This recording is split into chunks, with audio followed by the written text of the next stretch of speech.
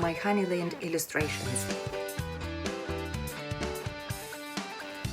Happy weekday, friends, and today I'd like to talk paper. If you have ever tried the watercolors, you quickly figured out that some papers work for you better than the others. Today, I'd like to share with you my experience with 4 types of paper. The famous gorgeous ash of 3 kinds: rough, cold-pressed, and hot-pressed. All 300 GSM, all 100% cotton. Plus, my frivolous experimenting with the Yupo synthetic paper, which was a disaster, but you'll see yourself.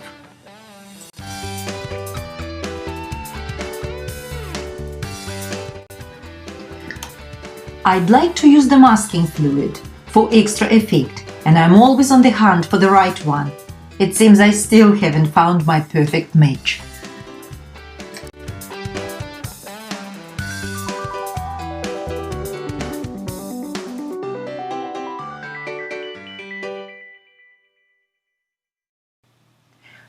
I decided to try Yupo after the discoveries I made using other smooth paper and watercolors. But the result?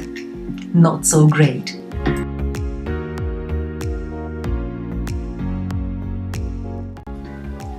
And first goes rough, cold-pressed sample of ash.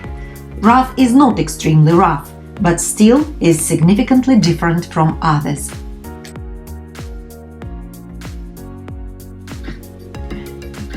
It's pure joy to deal with. It is a bit thirsty, but when it has enough water, it so happily meets the colors. They blend perfectly and travel through the grains with no fear. It looks like a handmade paper, and I love the mystical effect it creates.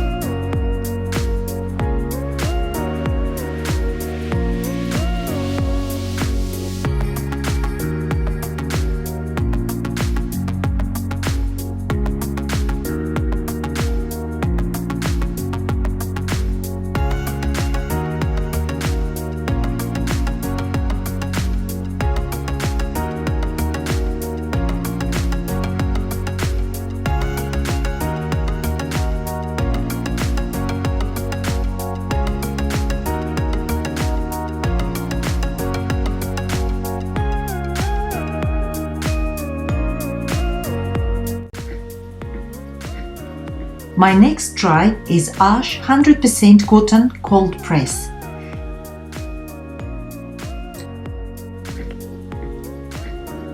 It has a light texture, however the grains are quite present.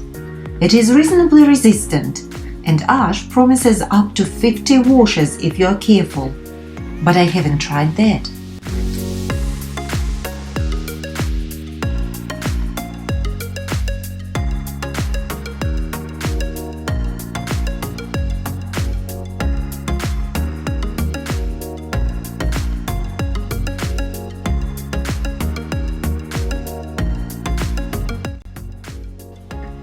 Number 3. Here comes something I adore and absolutely love working with.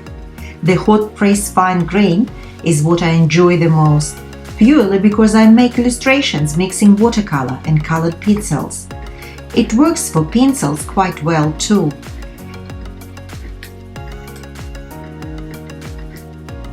In rougher paper, the pencil is not getting through the grain. Sometimes it can look interesting though. However, this is my happy paper, and somehow colors are not fading as much after drying. Maybe it is just me.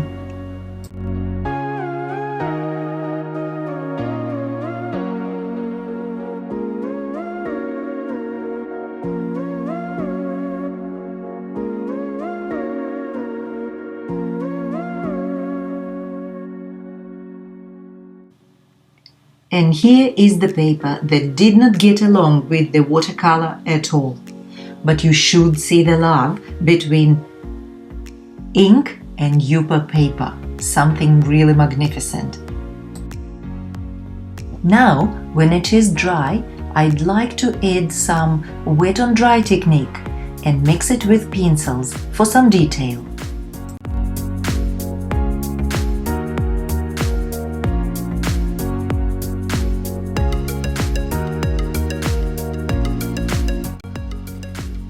As I mentioned before, the pencil doesn't get quite through the grains on the rough paper, and a little bit the same story is happening on the cold press.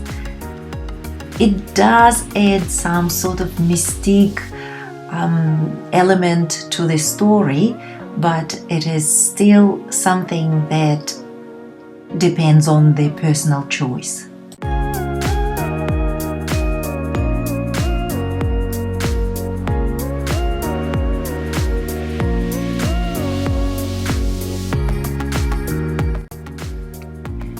The cold pressed paper looks great, and you know what? I think the pigment in watercolor stayed the brightest on this type of paper.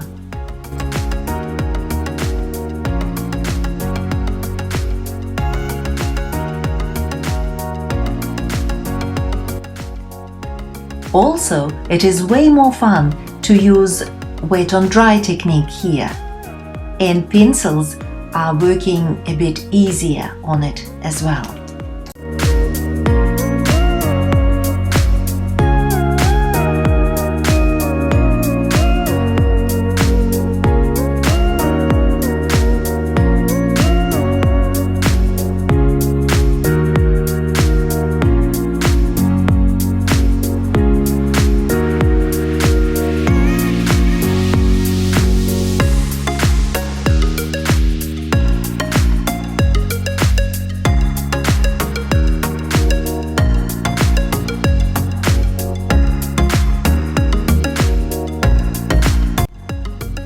This smooth paper gives you almost an absolute freedom of blending colored pencils on the top of your dry watercolor.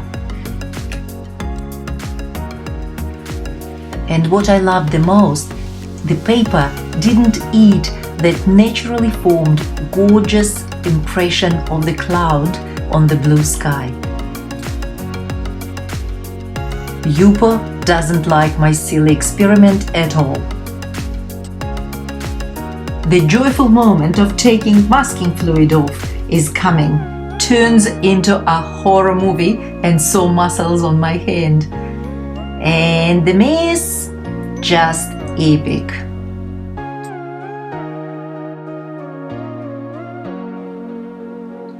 Isn't there something magical in removing the masking tape off the ready painting?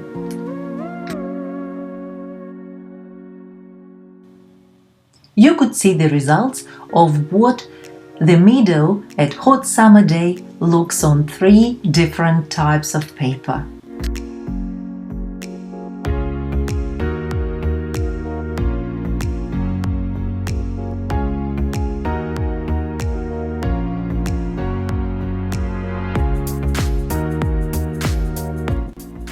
I'd like to say a big thank you to the drawing room, the art supply shop, for all your creative needs, including this paper.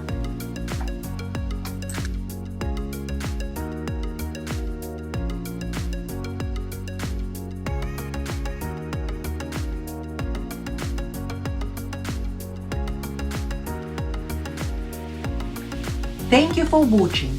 Enjoy building your creative honeyland, and see you for more drawing fun.